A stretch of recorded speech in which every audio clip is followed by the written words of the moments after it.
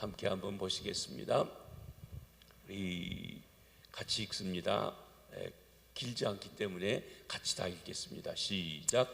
항상 기뻐하라. 쉬지 말고 기도하라. 범사에 감사하라. 이것이 그리스도 예수 안에서 너희를 향하신 하나님의 뜻이니라. 아멘. 여러분, 하나님의 뜻이 무엇일까요? 하나님의 뜻이 어디 있습니까? 그리스도인은 하나님의 뜻을 구하고 그 뜻대로 살아가기자 하는 사람들입니다. 그러면서도 내 뜻과 하나님 뜻 사이에서 갈등하며 살아가고 있는 것이 우리의 현실입니다.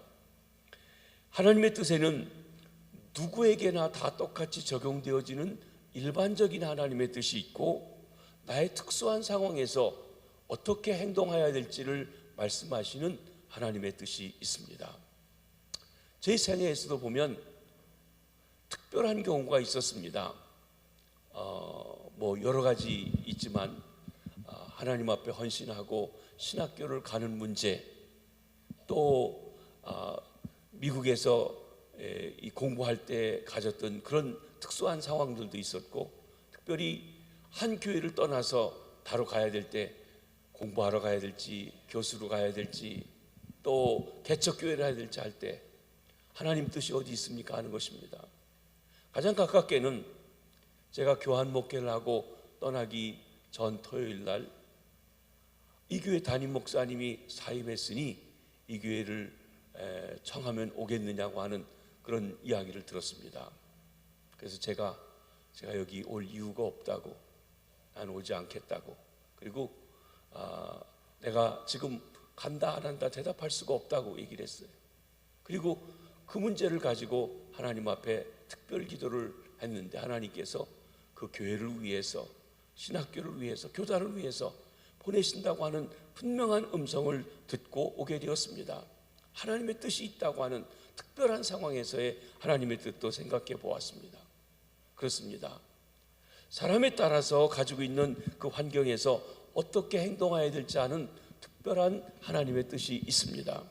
그런데 오늘 본문은 모든 사람에게 다 적용되어지는 일반적인 하나님의 뜻에 대해서 말씀해 주고 있는 것입니다. 항상 기뻐해라. 쉬지 말고 기도하라. 범사에 감사하라. 이것이 그리스도 예수 안에서 너희를 향하신 하나님의 뜻이니라. 여러분, 우리 하나님 아버지가 저와 여러분들에게 원하시는 뜻이 있는데 항상 좀 기뻐해라. 쉬지 말고 기도해라. 범사에 감사하라. 이것이 내가 너희들에게 원하는 것이다 말씀하신 것입니다. 우리가 이런 하나님의 일반적인 뜻 안에 있을 때 우리 개개인이 처해져 있는 특수한 상황 속에서의 하나님의 뜻을 깨달아 알 수가 있는 것입니다. 사랑하는 성도 여러분, 여러분의 삶 속에서 구체적인 하나님의 뜻을 깨달아 알기 원하십니까? 그러면 먼저 내가 하나님의 일반적인 뜻 안에 거하시기를 바랍니다. 그러할 때 여러분의 구체적인 상황에서도 하나님의 뜻을 깨달아 알게 될 것입니다. 오늘 본문이 우리에게 가르쳐주고 있는 우리를 향하신 하나님의 뜻은 무엇입니까? 세 가지 명령이 주어지고 있습니다. 항상 기뻐하라. 쉬지 말고 기도하라. 범사에 감사하라. 명령형입니다. 근데 이 세 가지 명령형이 상황을 설명하는 부사들로 연결되어져 있습니다. 그런데 가만히 보시면 이 부사가 서로 같은 뜻입니다. 항상 쉬지 말고 범사에. 하얀 구두, 흰 구두, 백 구두 똑같아요. 항상이 쉬지 말고고 쉬지 말고가 범사에고 그렇습니다. 범사에가 항상이고요. 영어로 해도 그렇습니다. Always, constantly, in all circumstances. 기쁨이라고 하는 것은 개인적으로 솟아나는 기쁨입니다. 기도는 하나님과의 관계입니다. 그리고 평안은 물론 하나님이 주시지만 이웃과의 관계에서 평안을 이루는, 그리고 감사를 이루는 그 감사에 대해서 말씀하는 것입니다. 항상 기뻐해라. 쉬지 말고 기뻐해라. 범사에 기뻐해라. 아이, 금방 틀리게 읽으셨네요. 그러실 거예요. 근데 그 말이에요. 그렇죠? 항상 기도해라. 쉬지 말고 기도해라. 범사에 기도해라. 항상 감사해라, 쉬지 말고 감사하라, 범사에 감사하라. 그러므로 오늘 본문은 그리스도인이 항상 쉬지 말고 범사에 해야 될 세 가지 중요한 일이 있다는 것이에요. 하나님이 우리에게 원하시는 뜻이 있다는 것입니다. 그것은 기뻐하고 그리고 기도하고 감사하는 일이라 말씀하셨습니다. 첫째로 항상 기뻐해라. Rejoice always. 이것이 그리스도 예수 안에서 우리를 향하신 하나님의 뜻입니다. 기독교는 기쁨의 종교입니다. 기쁨이 무엇입니까? 국어사전에 보니까 기쁨은 바라고 원하는 것을 얻거나 성취했을 때 갖는 인간의 기본 감정이다 그랬습니다. 바라는 것. 한국은 대중교통이 잘 발달되어서 별로 필요 없을지 모르지만 미국에서요, 중고차를 가지고 있다가 새 차 사고 싶었는데 새 차 사면 정말 좋아요. 그렇죠? 새 차 뽑고 나서 기분 나쁘고 화가 나고 그런 사람이 있습니까? 뭐 빚을 졌든 어쨌든 당장 매달 얼마씩 물어야 되든 어쨌든 기분이 아주 좋습니다. 새 집에 이사 갔는데 전셋집만 살고 남의 집만 살다가 아파트 분양받아서 들어갔는데 기분 나쁜 사람이 있습니까? 기분 좋습니다. 동네 사람 불러 잔치하고 싶고 나 집 새로 이사 갔다고 얘기하고 싶고 기쁨이 있는 것입니다. 사업이 잘 돼서 돈을 잘 벌어요. 돈 잘 벌어서 기분 나쁘신 분 한번 손 들어 보십시오. 없어요. 원하는 것을 얻을 때 기쁘고 좋은 것입니다. 자녀들이 공부를 잘해요. 어떤 분들은 95점 받아왔으면 참 특별한 건데 왜 96점 안 받아왔냐고 야단치는 분들도 있어요. 그러니까 기쁨이 없지만 사실은 95점만 받아와도 기쁜데 말이죠. 제가 초등학교 때 공부를 꽤 잘했는데요, 저희 아버님이 그게 공부를 잘하는 건 줄 모르고 특별한 건 줄 모르고 항상 좀 더 하시는 거예요. 그래서 그 만족시키는 게 참 쉽지 않았던 그런 경험이 있습니다. 여러분의 자녀들이 공부 잘합니까? 감사하시기 바랍니다. 그리고 격려하셔야 돼요. 우리나라의 수, 우, 미, 양, 가 이게 다 좋은 거예요. 그렇죠? 수는 아주 빼어나고, 우는 우수하고, 미는 아름답고, 양은 양호하고, 가는 가능성이 있고 그렇습니다. 그러니까 뭘 받아와도 칭찬해 줘야 된단 말입니다. 그런데 우리는 자녀들이 공부 잘할 때 기쁘죠. 보고 싶은 사람 만났을 때 기쁩니다. 여러분이 휴가를 주셔서 2주 반 동안 미국에 가서 이 할아버지 할머니가 되면 제일 기쁜 게 뭔지 아십니까? 손주들하고 있는 거예요. 손주들은요, 이게 애들이라 역시 할머니 왔다고 할아버지 왔다고 좋다 가도 지네들 수틀리면 또 팩 틀어지고 그렇습니다. 뭘 사주면 사줄 때만 땡큐 그러고서는 조금 있으면 또 금방 다 잊어버려요. 그래도 좋아요. 그렇죠? 기쁜 것이에요. 보고 싶은 사람 만나도 기쁩니다. 이런 기쁨은 그런데 조건적입니다. 세상적입니다. 나쁘다는 것이 아닙니다. 좋습니다. 그러나 이런 기쁨은 그리스도인이 아니라 할지라도 일반 누구든지 다 가질 수 있는 그런 감정이, 이런 조건이 이루어지면 얻는 기쁨이라는 것입니다. 그런데 우리 주님의 명령은 항상 기뻐해라.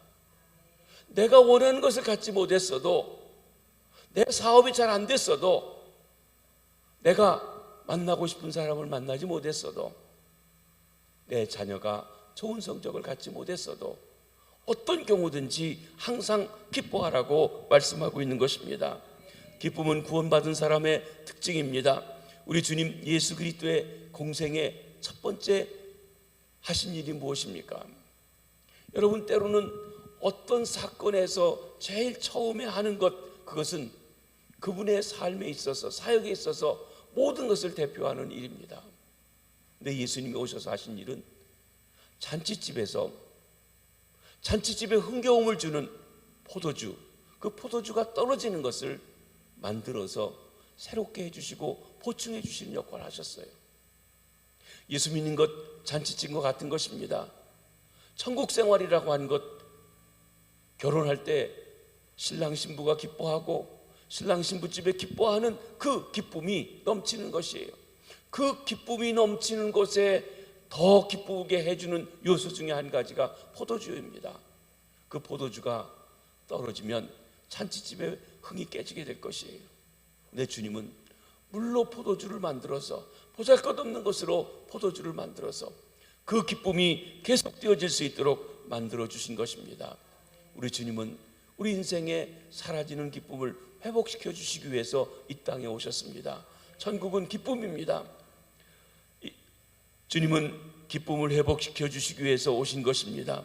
그 주님이 우리의 삶에도 찾아오셔서 이 시간 찾아오셔서 우리 한 사람 한 사람 큰 기쁨을 회복시켜 주시기를 바랍니다.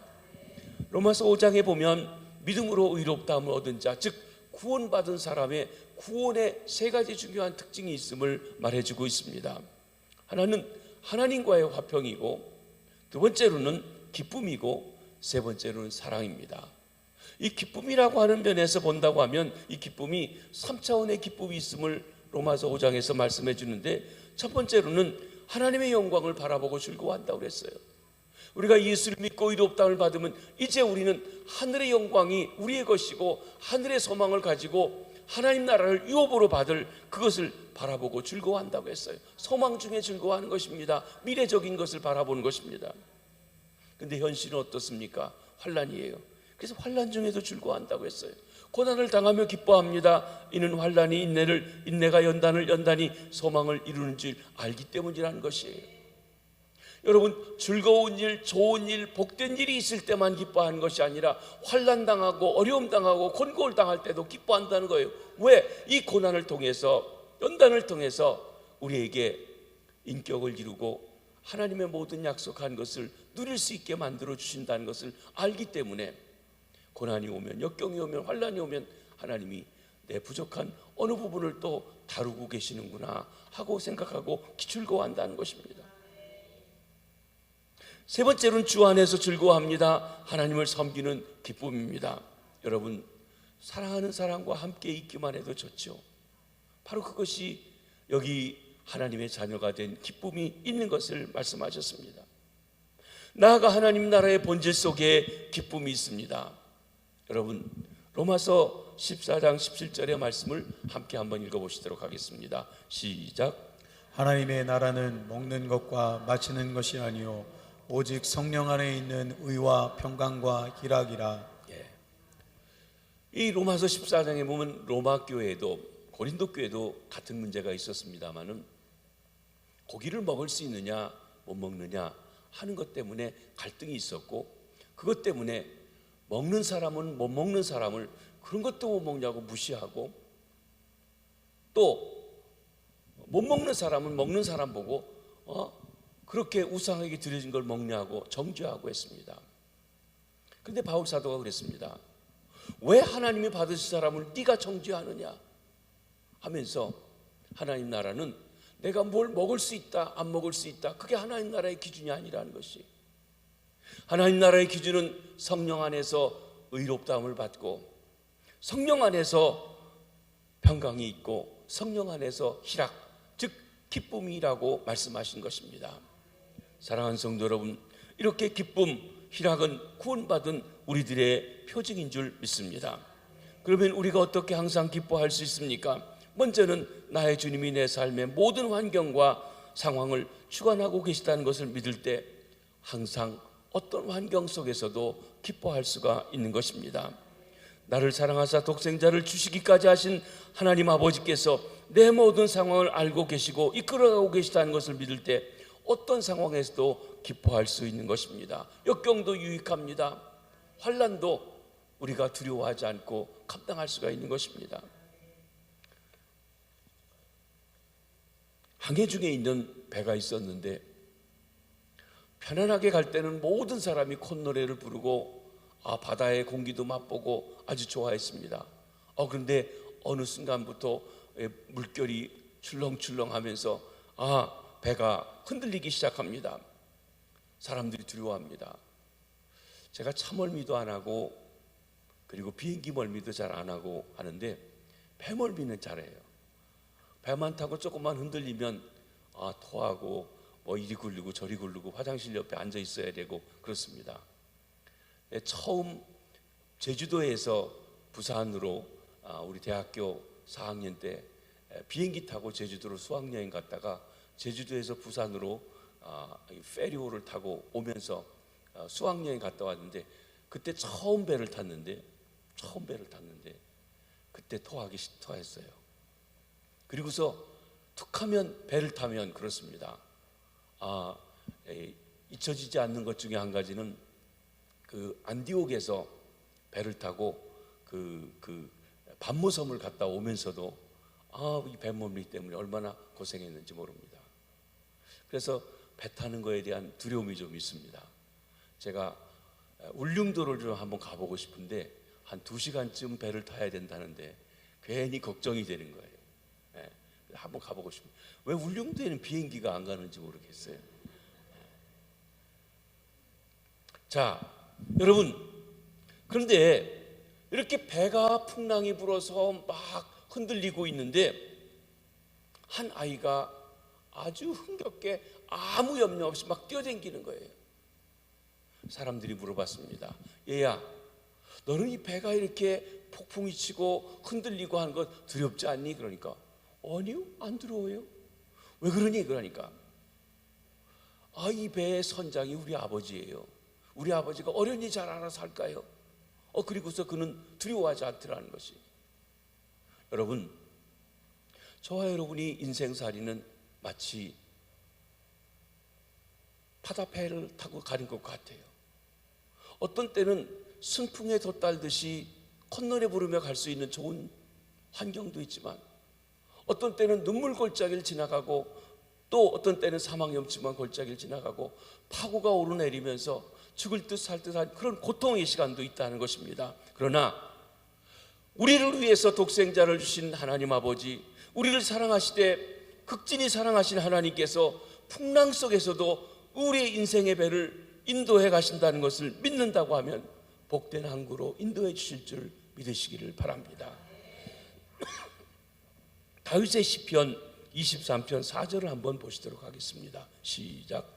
내가 사망의 음침한 골짜기로 다닐지라도 해를 두려워하지 않을 것은 주께서 나와 함께 하심이라. 주의 지팡이와 막대기가 나를 안위하시나이다. 우리가 시편 23편을 아주 좋아합니다. 특별히 1절을 좋아하죠. 1절에 어떻게 시작합니까? 여호와는 나의 목자시니 내게 부족함이 없으리로다. 그가 나를 푸른 초장에 누이시고 쉴만한 물가로 인도하시기 때문에 거기까지는 누구나 다 기뻐하고 즐거워 좋아할 수 있어요. 그런데 선한 목자 되신 하나님이 인도하시는 길에도 사망의 음침한 골짜기를 지나간다고 하는 말이 있다는 것입니다. 선한 목자가 사망의 음침한 골짜기를 지나가요. 사실은 무심코 어렸을 적부터 외웠던 말씀인데 인생의 어느 날 이 말씀에 대해서 깊이 생각해 보게 되었습니다. 왜 우리가 사망의 음침한 골짜기를 지나가나? 그리고 실제 목자들이 목장에서 양들을 데리고 사망의 음침한 골짜기를 왜 데리고 가나? 그런데 목장에서 보면요, 한 목장에서 풀을 먹이고 있다가 거기 다 먹으면 새로운 초장이 있는 곳으로 가야 되는데 그 가는 길이 좁고 그 길 주변에는 사자나 거미나 늑대나 이리가 이 양들을 삼키려고 하고 있는 그 골짜기를 데리고 간다는 거예요. 알고 데려가요. 왜? 일리 지나가야만 새로운 초장이 있다는 것입니다. 우리 인생도 그렇습니다. 하나님이 능력이 없어서 배가 풍랑이 일어나고 눈물 골짜기 지나가고 사망음침한 골짜기 지나가는 게 아니에요. 필요하다는 것이에요. 단련이 필요합니다. 연단이 필요합니다. 때로는 그 일을 통해서 우리에게 새로운 축복을 허락해 주시기 위해서 반드시 필요하다는 것입니다. 그렇습니다. 하나님을 목자로 삼은 우리도 사망의 음침한 골짜기를 다니게 됩니다. 그러나 두려움이 없는 것은 그곳에도 주님께서 함께 하시기 때문이라고 했습니다. 사랑하는 성도 여러분, 주님이 어느 곳에 어떤 환경에 있든지 간에 우리를 다스리시고 주관해 주신다는 것을 믿을 때 우리는 항상 든든하고 기뻐할 수 있음을 말씀해주고 있는 것입니다. 그렇습니다. 사랑하는 성도 여러분, 죽음의 그림자가 두려워진 곳, 두려운 곳에서도 주님이 내 삶의 모든 환경을 아시고 주관하시고 계심을 믿으시기를 바랍니다. 그때 우리는 항상 어떤 환경에서도 기뻐할 수 있는 줄 믿습니다. 또한 성령께서 우리 안에 역사하실 때 기쁨이 있습니다. 우리가 예수 그리스도를 구주로 믿을 때 성령께서 우리를 하나님의 것으로 인쳐주시고 내 안에 내주하시기 시작합니다. 하나님이 우리 안에 함께 하시는 것입니다. 하나님 나라는 성령 안에서 의와 평강과 희락이라고 했습니다. 성령은 그를 의지하는 자에게 기쁨을 주시는 분입니다. 세상이 줄 수 없는 기쁨, 세상이 빼앗을 수 없는 기쁨을 주십니다.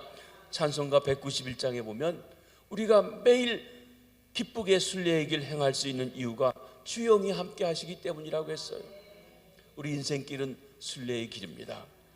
내가 매일 기쁘게 순례의 길 행하면 주의 팔이 나를 안보하며, 내가 주의 큰 복을 받는 참된 비결은 주의 영이 함께함이라. 성령이 계시네, 할렐루야, 함께 계시네. 좁은 길을 걸으며 밤낮 기뻐하는 것, 주의 영이 함께함이라. 그렇습니다. 사랑하는 성도 여러분, 우리 안에 계신 성령님과 늘 동행하며 함께할 때 우리가 항상 성령님이 계신 한 기뻐할 수 있는 줄 믿으시기를 바랍니다. 그렇습니다. 성령님이 함께할 때 우리가 항상 기뻐합니다. 사랑하는 성도 여러분, 험한 인생길을 사는 동안 우리 안에 내주하시며 우리를 인도하시는 성령으로 충만하여 항상 모든 환경에서든지 기뻐하며 승리롭게 살아가시는 귀한 성도님들 되시길 주의 이름으로 축원합니다. 두 번째로는 쉬지 말고 기도하라고 했습니다.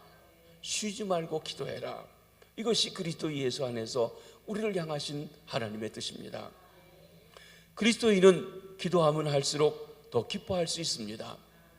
기쁨을 깨앗아 가는 것은 염려, 근심, 걱정입니다. 이는 마음이 나누는 것을 말합니다. 염려, 근심이 뭐냐? 이럴까 저럴까, 이거 하면 이런 문제가 있고 이렇게 하면 이런 문제가 있고, 이럴 수도 없고 저럴 수도 없고, 마음이 나누어지는 것이에요. 어떻게 해야 합니까?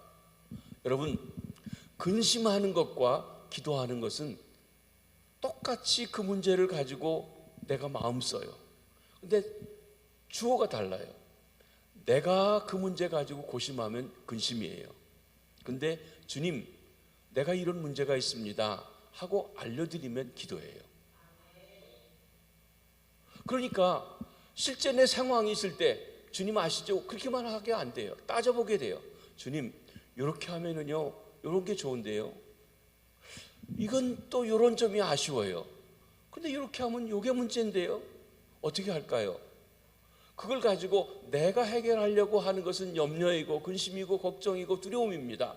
그러나 하나님, 이 문제는 이렇고 이렇거든요. 내가 할 수 있는 한계는 여기까지입니다. 알아서 해 주십시오 하고 주께 맡기는 것, 그게 기도라고 하는 것입니다. 그렇습니다. 염려, 근심, 걱정은 내가 붙들지 않고 하나님께 아뢰는 것이 바로 기도인 것입니다. 빌립보서 4장 6절로 7절 말씀을 한번 보시겠습니다. 시작. 아무것도 염려하지 말고 다만 모든 일에 기도와 간구로 너희 구할 것을 감사함으로 하나님께 아뢰라. 그리하면 모든 지각에 뛰어난 하나님의 평강이 그리스도 예수 안에서 너희 마음과 생각을 지키시리라. 네, 여러분, 염려할 때가 있어요. 마음이 나눠져요. 이러지도 저러지도 못하는 것이에요. 그때 우리가 하나님 앞에 기도하라는 것이에요. 하나님께 알려드리라는 것이에요. 그리고 마음이 나눠져 있는 상태에서는 결정하면 안 돼요. 분명한 어떤 대답이 있을 때까지 기다려야 돼요. 왜냐하면 마음이 나눠져 있을 때는 내 욕심으로 결정할 수 있고, 실제로는 그게 내게 유익하지 않은데 결단할 수 있다는 것입니다. 내가 하나님 앞에 아뢰면 모든 지각에 뛰어난 하나님, 우리보다 뛰어난 지각에 계신 하나님, 내가 볼 때는 문제가 있는데 나보다 위에 계신 하나님이 보실 때는 그건 이렇게 하면 돼요. 아주 쉬워요. 여러분, 우리 어린이들이 이러지도 못하고 저러지도 못할 때 우리가 보면서 아유, 저거 저렇게 쉬운데, 아유, 쉽게 얘기해 줄 수 있어요. 근데 물어보면 되는데 안 물어보고 있으면 그냥 두고 있어요. 그럼 지가 끙끙대다가 뭐 며칠 밤도 끙끙대다가 결국 얘기하면 이렇게 하면 어떻겠냐고 하면 아주 쉽게 해결이 돼요. 여러분, 하나님께서 우리에게 대해서 그 하나님의 관점에서 문제를 보시고 역사해 주시면 편안함을 얻게 됩니다. 해결이 됩니다. 하나님은 우리 마음에 평안을 주시고 그리고 우리 생각을 지켜주심으로 말미암아 그 일들을 갈 수 있도록 역사해 주시는 것입니다. 우리가 신앙생활하면서 꼭 알아둬야 할 사실들이 있습니다. 먼저는 하나님의 절대 주권을 인정해야 합니다. 두 번째로는 하나님이 절대 주권을 가지고 우리 인생을 다스리고 계시지만 사탄의 방해가 있습니다. 영적 전쟁이 있다는 것입니다. 하나님께서는 사탄이 어느 정도 활동할 수 있도록 허락하십니다. 이것이 신비입니다. 욥의 경우도 그렇습니다. 우리 주님 예수 그리스도께서도 하늘에서부터 세례를 받으시고 성령이 임재하시고 하나님께서 말씀하시고 그랬는데 내 사랑하는 아들이요 내 기뻐하는 아들이라고 하는 말씀을 들었는데도 사탄이 와서 시험합니다. 네가 만일 하나님의 아들이라면, 아니 하나님의 아들이라는데 마귀는 네가 하나님의 아들이라면 돌로 떡을 만들어 보아라, 뛰어내려 보아라, 나한테 절하면 다 줄게 하면서 유혹하고 시험한다는 것입니다. 기도의 힘을 알아야 합니다. 그렇습니다.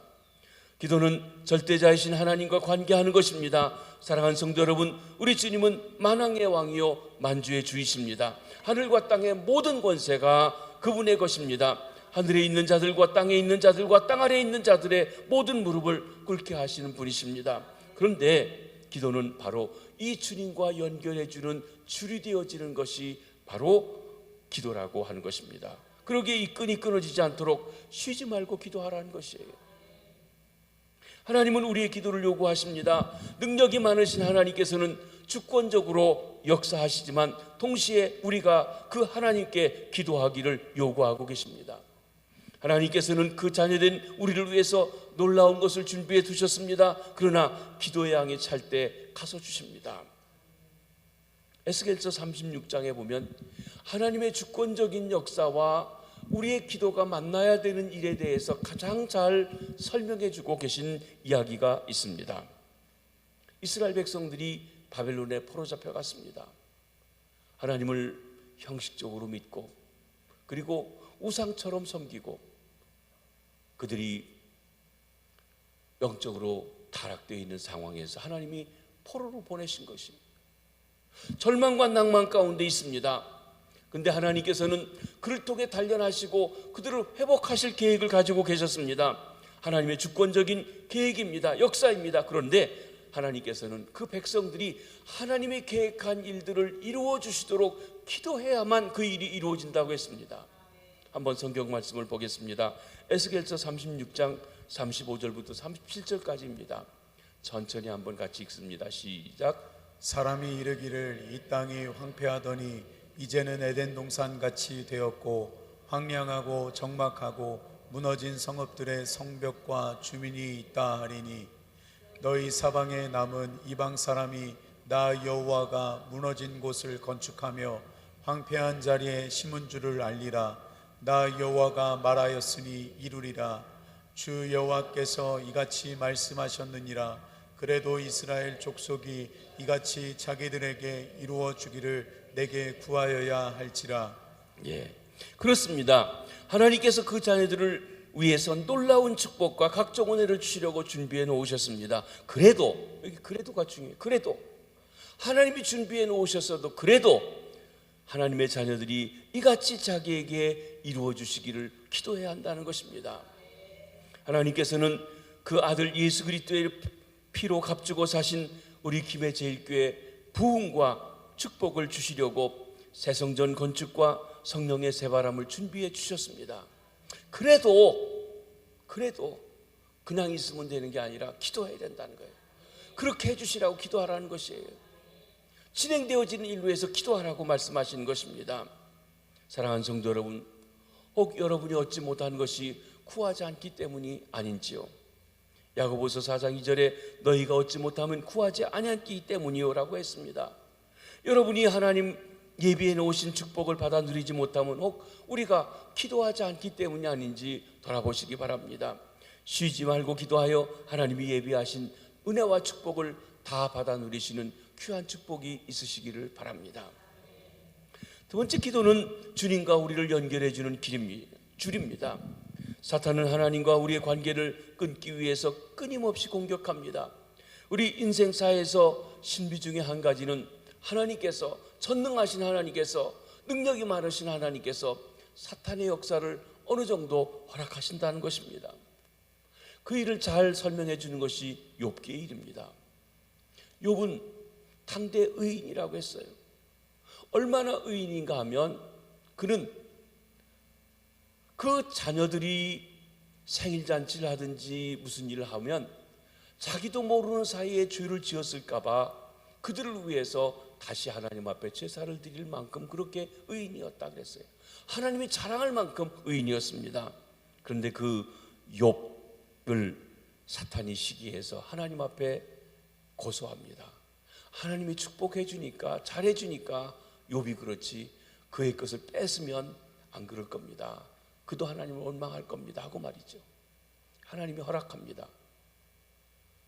하루아침에 강도들이 들어와가지고 그 약대와 소와 말과 모든 짐승들을 다 약탈해 갑니다. 뿐만 아닙니다.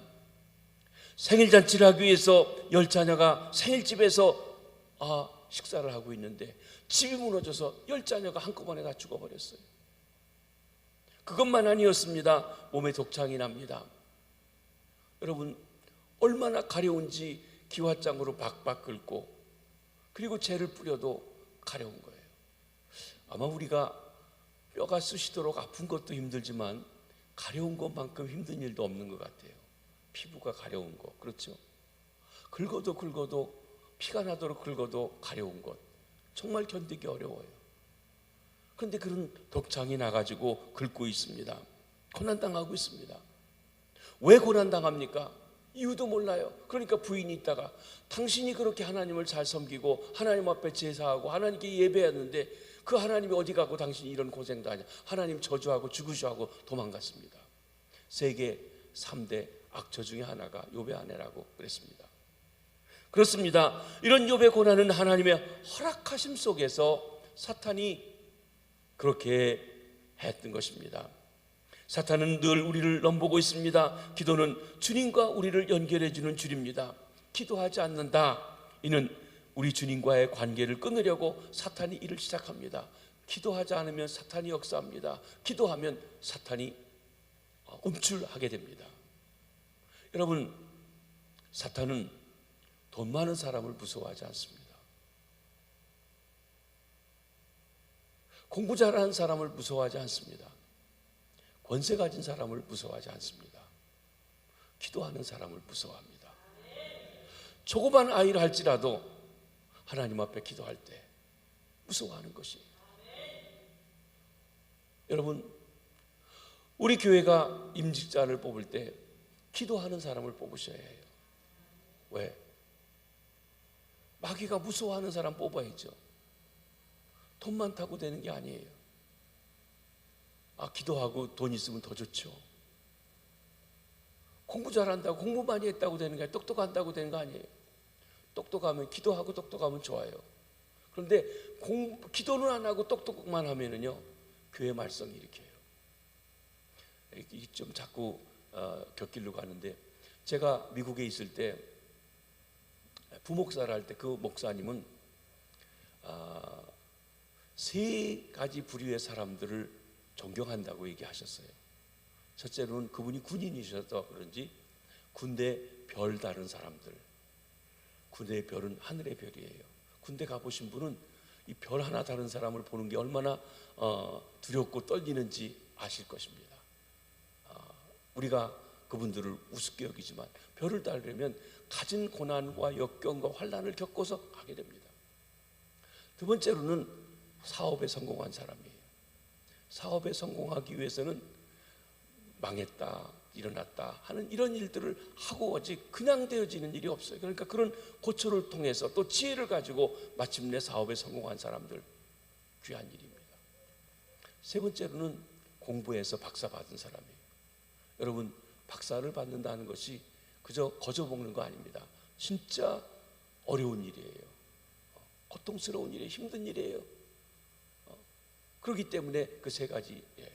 그 교회에서는 부자든지 사업을 잘해서 군내에서 아주 높은 계급이 있었든지 학교에 박사를 했든지 이런 분들이 교회 장로님들 많이 되셨어요. 그러니까 회의하든지 뭐 하든지 잘 되어질 때는요, 아주 기가 막힌 아이들이 나와서 촉촉촉 일이 잘 돼요. 그런데 어느 순간에 기도가 없고 자기들의 지식만 가지고 얘기하기 시작하니까 혼돈 속에 빠지고 말았어요. 왜냐하면 기도는 안 하고 자기가 제일 똑똑하니까 남의 얘기를 들으려고 하지 않아요. 자기가 최고예요, 항상. 그러다 보니까 통제가 되지 않는 것이에요. 그리고서는 혼돈 속에 빠졌습니다. 교회가 갈라지고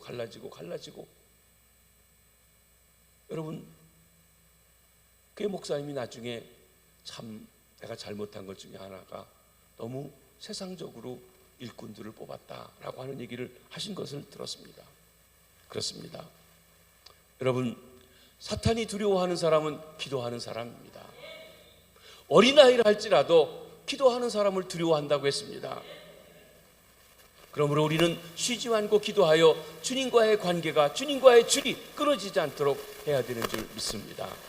그러면 쉬지 말고 기도하라는 의미는 무엇입니까? 우리가 어떻게 쉬지 않고 기도할 수 있습니까? 이것은 의무가 아니라 특권이라고 하는 것입니다. 여러분, 우리가 계속 기도해야 된다고 하면 아이고, 내가 그냥 쉬지 않고 계속 기도하는 것 얼마나 힘든 일일까 생각할지 모릅니다. 그런데요, 우리에게 부담을 주려고 하는 것이 결코 아니라는 것입니다. 여러분,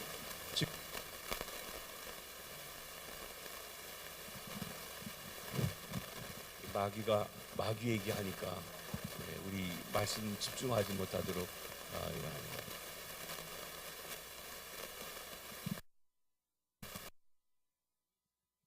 미국 대통령을 만나러 갔습니다. 여러분, 우리가 볼 때는 쉽게 만남이 있기 위해서는요, 벌써 몇 달 전부터 수없이 비서들이 가서 다 준비해 가지고 가서 만나는 거예요. 한 번은 제가 미국에 있을 때 국무총리가 LA를 오게 됐어요.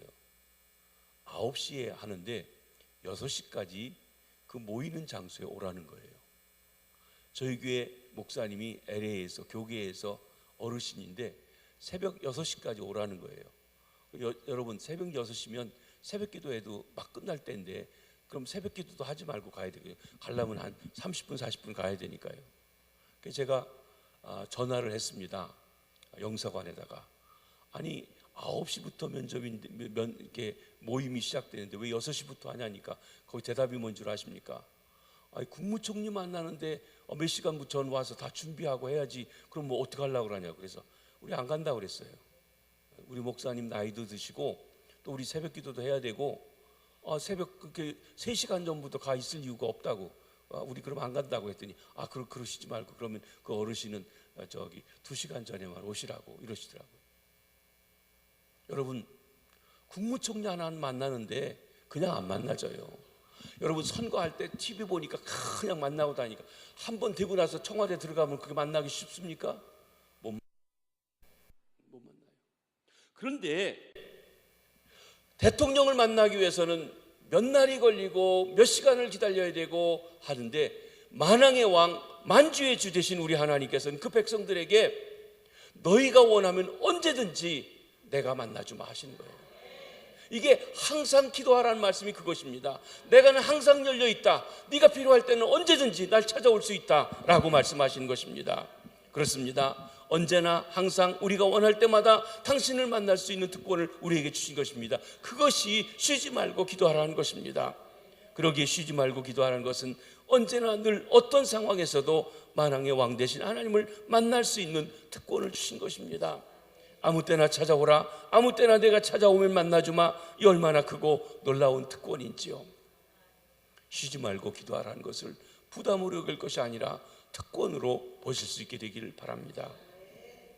또한 쉬지 말고 기도하라는 것은 어떤 이유든지 기도하기를 그만두지 말라는 것입니다.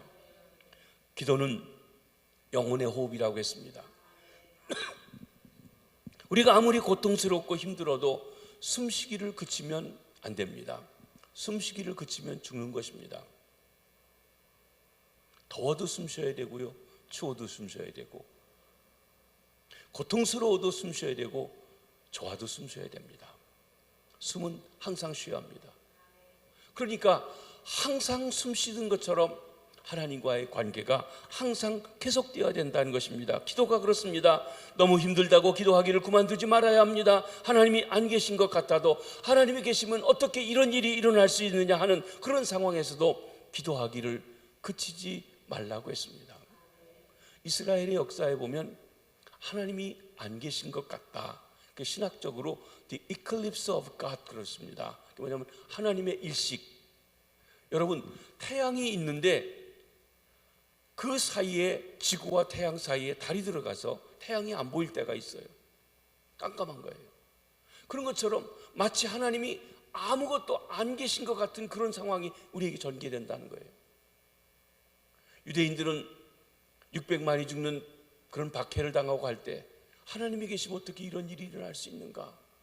근데 그때도 그들은 깜깜한 하나님을 묵묵히 바라보고 기다리고 쳐다보고 있다는 것입니다. 그때에도 기도하기를 그만두지 말라고 했습니다. 너무 좋아도 기도하기를 그만두지 말아야 한다고 했습니다. 하나님이 너무 축복해 주셔서 이제 하나님이 안 도와주셔도 잘 살 수 있을 것 같은 때에도 기도하기를 그만두지 말라는 것입니다. 제가 미국에서 목회할 때 한 집에 신방 갔더니 그분이 그런 얘기하는 걸 직접 들었습니다. 목사님, 저는 기도할 게 없어요. 남편이 너무 잘해주고 돈도 잘 벌어오고 애들도 말도 잘 듣고 공부도 잘하고요, 모든 게 너무 좋아서 기도할 게 없다는 거예요. 그러니까 이제 행복에 있는 거예요. 그런데 성경 말씀은 그때에도 기도하기를 그치지 말라는 것입니다. 때로 우리는 어려울 때는 기도를 잘하는데 하나님께서 축복해 주셔서 모든 문제가 해결되고 편안해지고 부유해지고 잘 될 때에는 기도를 잘 안 하는 사람이 있어요. 어려운 사람이 기도하는 건 그래도 쉬워요. 근데 부자가 기도하는 게 어려워요. 높은 지위에 있는 사람이 기도하는 게 어려워요. 그 사람이 친정 믿음이 있어요. 그렇습니다.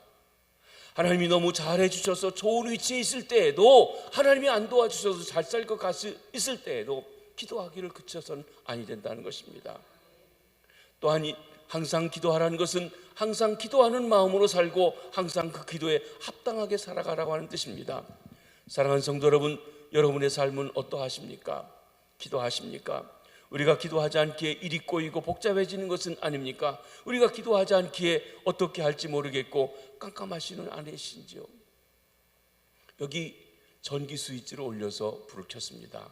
여러분 다 나가시면 스위치 내리면 다시 깜깜해집니다.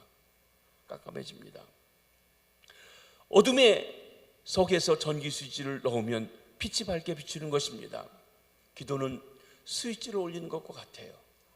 내 인생이 깜깜하다는 것, 기도하지 않은 것이에요. 스위치를 올리면, 기도하면 하나님의 빛이 다시 우리를 비춰서 갈 길도 알게 되고 또 여러 가지를 분별하게 됩니다. 그런데 기도를 그치면 내 지혜로 다 할 것 같은데 다시 깜깜해져 가지고 갈 길도 모르고 사탄이 우는 사자와 같이 역사하게 되어지는 것을 봅니다. 그러기에 기도는 빛 대신 주님과 연결하는 스위치입니다. 그 밝은 빛 속에서 우리를 향하신 하나님의 뜻을 깨닫게 됩니다. 사랑하는 성도 여러분, 쉬지 말고 기도함으로 하나님의 뜻을 찾으시기를 바랍니다. 그리고 사탄의 역사를 물리쳐 이기시는 기도의 대장들 다 되시기를 주의 이름으로 축복합니다. 마지막으로 범사에 감사하라고 했습니다. 이것이 그리스도 예수 안에서 우리를 향하신 하나님의 뜻입니다. 항상 기뻐하며 쉬지 않고 기도하는 일은 범사에 감사하는 생활로 이어지게 됩니다. 물론 감사하는 일은 행동의 언급보다 먼저 마음의 태도입니다. 마음의 태도가 바로 감사 있을 때 감사가 삶으로 또 말로 행동으로 표현되게 되는 것입니다. 범사에 감사하라는 것은 고통 중에 있을 때나 평온 중에 있을 때나 어떤 환경 속에서도 감사하라는 것입니다. 성공했을 때나 실패했을 때나 어떤 환경에서도 감사하라는 것입니다. 건강할 때나 병들었을 때나 어떤 환경에서도 감사하라는 것입니다. 그러나 우리 인간들은 범사에 감사한다는 것이 쉽지 않습니다. 어떤 환경에서도 감사하는 것이 쉽지 않다는 것입니다. 제가 목회하면서 보면 좋은 일이 있고 기쁜 일이 있고 돈을 잘 벌고 또 집에 애들이 잘 되고 하면 감사헌금 많이 해요. 그런데 사업에 실패하고 감사헌금 드리는 분은 거의 없습니다. 애가 학교 시험 봐서 떨어졌는데 하나님 우리 애 대학 떨어져서 감사합니다. 감사헌금 하는 사람 거의 못 봤어요. 병들어서 투병 중에 하나님 병 주셔서 감사합니다. 기도하는 사람이, 감사하는 사람이 거의 없습니다.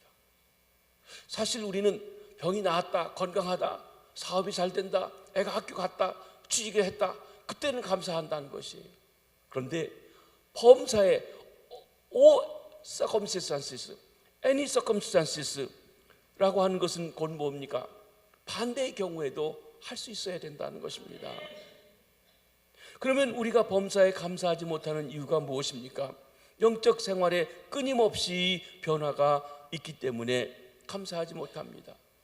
사실 우리가 변화무쌍하게 되면 혼돈 가운데 있어서 감사가 없어지는 것입니다. 또한 사건에 대한 잘못된 지식 때문에 감사하지 못합니다. 우리가 어떤 재난을 당할 때 그것이 표면상으로 불행해 보입니다. 그런데 사실은 하나님의 축복일 수도 있습니다. 때로 어떤 사업가가 사업이 잘못돼서 감옥에 갇혔는데 처음에는 원망했는데 나중에 하나님 앞에 감사했어요. 이 사람이 너무 사업에 바빠가지고 우장병이 있었는데요, 감옥에 갇혀가지고 콩밥 먹고 정기적으로 밥을 먹고 소식해서 먹고 이러다 보니까 위장병이 다 나은 거예요. 그 시간에 책도 보고 그리고 나와서 새로운 지혜로 사업을 잘했다는 거예요. 그러니까 사실은 사업 망해가지고 감옥에 간 게 하나님의 은혜예요, 축복이에요. 근데 처음엔 그걸 모르는 거죠. 나중에 가서야 알게 돼요. 그러니까 우리가 그 일이 어떤 축복을 가져다 주는지, 그러기 위해서 사망의 음침한 골짜기를 가는지 모르기 때문에 감사하지 못한다는 것입니다. 또 우리 삶의 주권자 되신 하나님의 절대적으로 신뢰하지 못하기 때문입니다. 어떤 환경에서도 사망의 음침한 골짜기 지나갈 때든지 눈물 골짜기 지나갈 때 주님이 역사하시고 주권자가 되신다고 하는 사실을 몰라요. 이것도 하나님이 역사하셔서 날 다루시고 아름답게 하시고 축복의 샘으로 가게 하시고 또 원수 앞에서 역전을 일으키신다고 하는 신뢰를 갖지 못하기 때문에 감사하지 못하다는 것이에요. 나가서는 잊어버리기 때문입니다. 자주 말씀드리지만 감사, thank라고 하는 말은 생각한다는 think라고 하는 거와 같은 어원을 가지고 있습니다. 깊이 생각할 때 감사할 수 있습니다. 사람들은 남이 나에게 잘해준 것은 90% 잊어버린답니다. 그런데 내가 남에게 손해를 끼친 것도 또 쉽게 잊어버린다고 그래요. 그런데 거꾸로요, 남이 나에게 섭섭하게 한 것은 콩알 하나까지도 다 기억하는 거예요. 또 거꾸로 내가 남에게 베푼 것도 작은 거 하나 준 것까지 다 언제 어디서 어떻게 다 한다는 거예요. 그러니까 사람은 구조가 감사하지 못하게 되어져 있다는 것이에요. 남이 나에게 해준 것은 쉽게 잊어버리고 남이 상처를 준 건 안 잊어버리고 거꾸로 내가 한 것은 다 기억하니까 늘 섭섭한 게 많을 수 있는 요건이 우리의 생각 구조라는 것입니다. 그러기에 깊이 생각할 때 감사할 수가 있는 것입니다. 다윗은 시편 103편에 보면 어려운 환경에 처했어요. 그 어려운 환경만 보면 지금 그가 감사할 수가 없어요. 그래서 그 환경을 보고 낙심할까 봐 자기에게 다 이릅니다. 내 영혼아 여호와를 성축하라. 내 영혼아 하나님의 은택을 잊지 말지어다. 자기에게 다 일러요. 그리고 하나님이 절에 내 영혼을 구원하시고 파멸에서 건져주시고 인자와 긍휼로 관을 씌워주시고 좋은 것으로 내게 채워주시고 하면서 기억나게 하는 것입니다. 그래서 청춘이 독수리같이 새로워지게 하라고 하신 것입니다. 여러분, 하나님께서 절기를 지키라고 하십니다. 때를 맞춰서요. 기억나게 하시는 거예요. 아이고, 또 목사님 돈 내라고 하시네. 그렇게 생각하시면 안 돼요. 감사하라고 하나님께서 안 하니까 딱 정해놓고 요 때라도 감사해라 하시는 거예요. 이번 주일이 맥주 감사주일이에요. 여러분, 감사절은 보통 감사하는 것보다 10배, 20배, 30배 더 많이 하셔야 돼요. 네. 저희는 매주일 감사헌금을 드리기로 작정하고 지금 몇십 년째 매주일 감사헌금을 합니다. 그리고 절기 때는 매주일 드리는 헌금의 최소한 10배에서 30배까지 드립니다. 그러기 위해서는 준비해야 돼요. 그냥 안 돼요. 감사하려고 작정합니다. 준비하셔야 된다는 것이. 그냥 또 왔네 하고 그냥 보통 주일 하듯이 그렇게 하는 그게 아니에요. 그건 절기의 의미가 아니라는 것입니다. 그런데 사람들이 감사하지 않을 때 마음이 어두워집니다. 헛된 것을 쫓게 됩니다. 스스로 지혜롭다고 생각합니다. 생각이 허망해집니다. 그러기에 범사에 감사하라고 하십니다. 어떤 상황에서도 감사하라고 합니다. 그러면 어떻게 범사에 감사할 수 있습니까? 먼저 인생의 생사화복을 주관하시는 이가 나의 아버지 되신 하나님이심을 믿고 감사하시기 바랍니다. 현재의 감사예요. 지난날의 인생 여정에서 하나님이 어떻게 역사하셨는지 생각해 봄으로 감사하시기 바랍니다. 과거에서부터예요. 우리 찬송가에서도 찬송가 429장에 보면 세상 모든 풍파 너를 흔들어 약한 마음 낙심하게 될 때에 내려주신 주의 복을 세워라. 주의 크신 복을 내가 알리라. 받은 복을 세워보아라. 크신 복을 내가 알리라. 받은 복을 세워보아라. 주의 크신 복을 내가 알리라. 여러분, 그러기에 감사절 앞에서 때로는 하나님 앞에서 전에 주셨던 일들을 되새겨보면서 세어보면서 하나님 앞에 나가라고 하신 것입니다. 주님께서 전에 우리에게 베푸셨던 은혜와 축복을 생각해보고 세어볼 때 현재 흔들리는 풍파 속에서도 감사할 수 있도록 해주시는 것입니다. 이 모든 일을 통해 합력해 선을 이루실 하나님을 바라봄으로 감사하시기 바랍니다. 우리 로마서 8장 28절 한번 읽어보시겠습니다. 시작. 우리가 알거니와 하나님을 사랑하는 자 곧 그의 뜻대로 부르심을 입은 자들에게는 모든 것이 합력하여 선을 이루느니라. 하나님의 인도하심에 대한 것을요, 요즘 우리 자동차에 GPS를 달고 다니죠. 내비게이션 달고 다니죠. 아가씨가 얘기해 주시죠. 우리가 방향을 정해놓고 가다가요, 내가 딴 길로 가면 너 딴 길로 갔으니까 나 내비로도 하고 내비로입니까? 아니에요. 그때부터 딴 길로 갔는데 다시 가는 길을 찾아줘요. 딴 데 가면 또 다시 찾아줘요.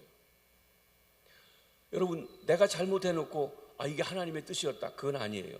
내 잘못한 데서부터 하나님께서 다시 하나님이 원하시는 목표로 가는 길을 인도해 가시는 그것이에요.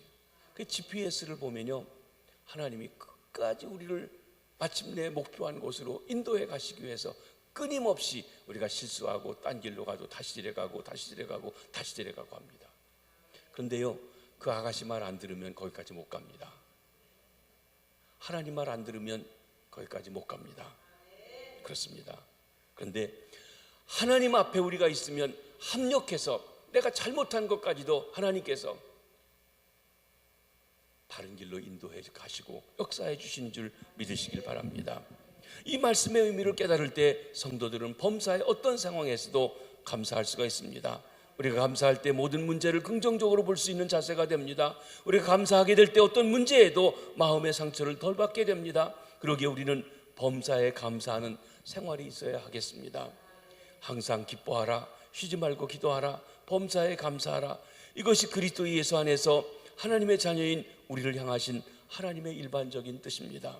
우리가 하나님의 절대 주권을 의지하고 항상 기뻐하고 쉬지 말고 기도하고 범사에 감사하며 살아갈 때 우리는 나아가서 우리 한 사람 한 사람이 구체적인 상황에서 어떻게 해야 될지에 대해서 하나님의 특수한 문제에도 하나님의 뜻이 이루어질 줄로 믿습니다. 항상 기뻐하시고 쉬지 말고 기도하시고 범사에 감사하심으로 그리스도 예수를 통한 우리를 향하신 하나님의 뜻을 이루어드리는 하나님의 자녀들 되시기를 주의 이름으로 축원합니다. 기도하시겠습니다. 우리 먼저 찬송 함께 부르시겠습니다. 마음이 상한 자를